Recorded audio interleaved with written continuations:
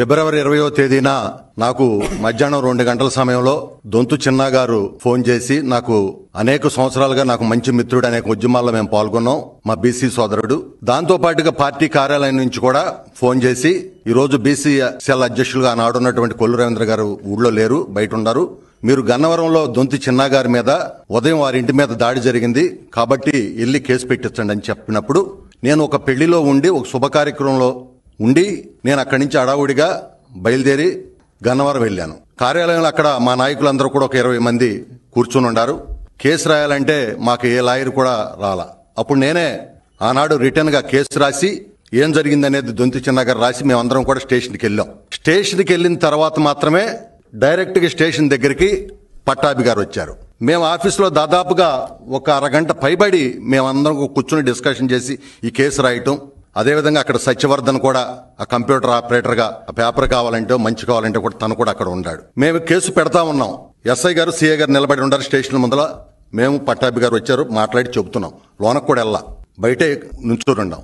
ఈ లోపల సిఐ గారికి ఫోన్ వచ్చింది, మాకు కూడా ఫోన్ వచ్చింది, పట్టాభి గారికి, అందరికి ఒకేసారి. ఆఫీసుని మీద వంశీ వచ్చి దాడి చేపిచ్చేస్తున్నాడు, దాదాపుగా 100-150 మంది ఉండారని చెప్పి ఫోన్ రావటం జరిగింది. మేము వెంటనే ఆ కేసు ఇచ్చి, మాలో కొంతమంది మేము ఇక్కడ ధర్నా చేద్దాం అనుకుంటే, కాదు మన కార్యాలయం ఆ విధంగా అవుతా ఉంటే మనం ఇక్కడ ఎందుకు ఉండాలని కొంతమంది పట్టాభి గారు కానీ ఆ రోజు అక్కడ ఉండే మండల పార్టీ అధ్యక్షులందరూ అన్నప్పుడు, నేను ఎందుకన్నానంటే ఈ మాట 100-150 మంది ఉండారు, మనం తక్కువ మంది ఉండాం, దాడి చేశారు, మన మీద కూడా దాడి చేస్తారని మనం అన్నా.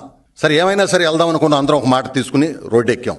ఎక్కిన మరుక్షణం కర్రలో రాడ్లు, కత్తులు, పట్టాభి గారిని చూడటమే ఎగబడిపోయారు. అదృష్టం ఏంటంటే ఆ రోజున పట్టాభి గారికి బాడీ గార్డ్స్ ఉండారు, కారు కూడా వెంటనే నడిపిస్తా ఉన్నాడు. ఎప్పుడైతే వాళ్ళు దాడి చేశారో పట్టాభి గారిని వెంటనే బాడీ గార్డ్స్ కారులోకి తోసేయటం, వెంటనే కారు వెళ్ళిపోవటం జరిగింది. మేము అక్కడే ఉన్నాం. ఈ లోపల విపరీతంగా రాళ్లు వేశారు. మొట్టమొదటిగా అక్కడ లక్ష్మి అనే తెలుగుదే మహిళా నాయకురాలని కొట్టడం, ఆవిడ పడిపోవటం, బ్లడ్ కారి పడిపోవటం జరిగింది. మేమందరం కూడా అక్కడి నుంచి ఆవిడని తీసుకుని కార్యాలయం వైపుకి చల్లాచెదురైపోయాం. ఉండదే 20-25 మంది. వాళ్ళ ముందర ఎక్కడోళ్ళు చూసి చాలా మంది చల్లాచెదురైపోయారు. మేము పార్టీ కార్యాలయంకి వెళ్ళాం. వెళ్ళిన తర్వాత చూస్తే మొత్తం కూడా కార్యాలయం అంతా కూడా ధ్వంసం అయిపోయి ఉంది. నేను కూడా ఒక చిన్న కారు మా అల్లుడు ఉంటే అప్పుడు వాడుకునేవాడిని, రెడ్ కారు నాదే. ఆ కారులు కగలేసి వీటన్ని కూడా పగలగొట్టి మొత్తం కూడా ధ్వంసం చేసేసారు. మేము అక్కడ నిలబడినప్పుడు నిదానంగా కొంతమంది వచ్చారు. ఈ దాడి జరిగినప్పటికీ మళ్ళీ రెండోసారి మళ్ళీ అటాక్ చేయడానికి మా ఆఫీస్ కాడికి వచ్చారు రెండోసారి. అప్పుడు విపరీతంగా రాళ్లు ఇచ్చినప్పుడు సిఐ గారికి దెబ్బ తగిలింది.